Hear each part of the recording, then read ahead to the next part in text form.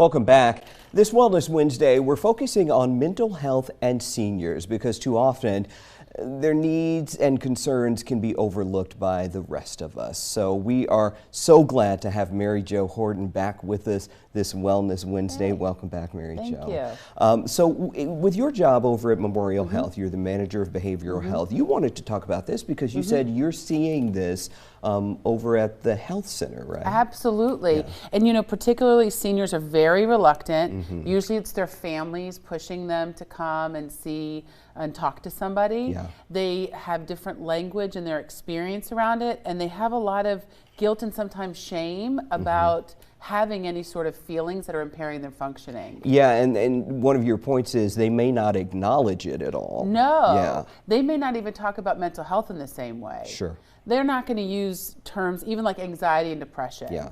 They may say that they feel funny or they don't physically feel well, but they're not using the same language. And it's important to know that the language may not be the same. It's generational. Absolutely generational. And I am a big, person around, let's meet somebody where they're at. If they don't want to use labels for their feelings, if they don't even want to talk about grief because they feel that people shouldn't grieve, that's okay.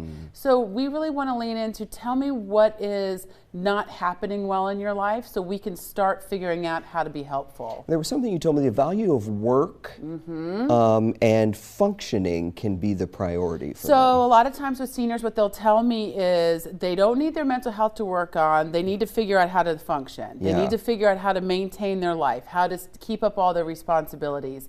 Their value in terms of their worth is very much tied to that. Okay, so a culture of open discussion and feelings really may not be welcome for a lot of I seniors. remember when I was in graduate school, my grandmother said to me, I still don't get what you're going to school for.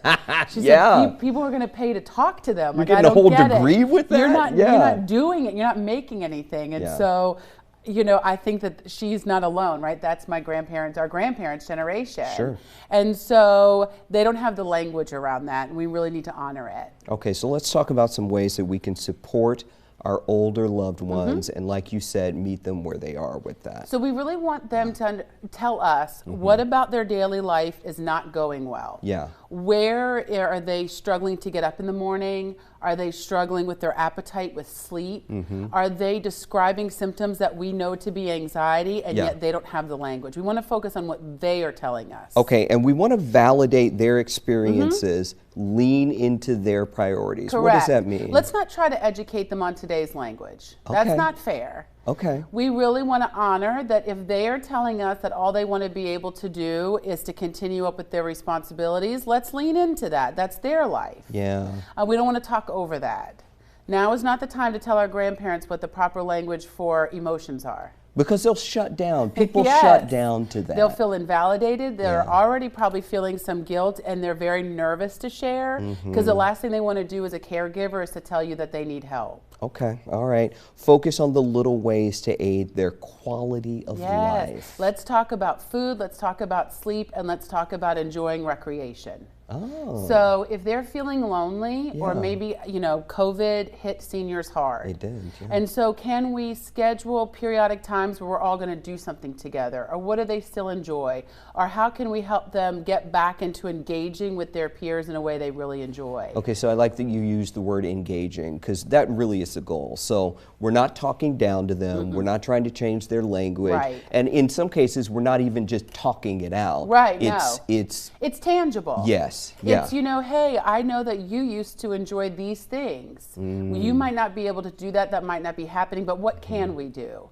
Can we go outside? Can we go engage with your friends again? Can we go back to some of the things? Because isolation and depression hang out. Yeah. So more that people connect, they're going to physically feel better. And to them, the physical feeling better is really their mental health is better. Okay. I want to focus again on, it's not about saying, well, Dad, Mom, you're isolating and I think you're depressed and that's not going to connect. No, we want to say, hey, I noticed that this used to make you happy. How can we do it? All right.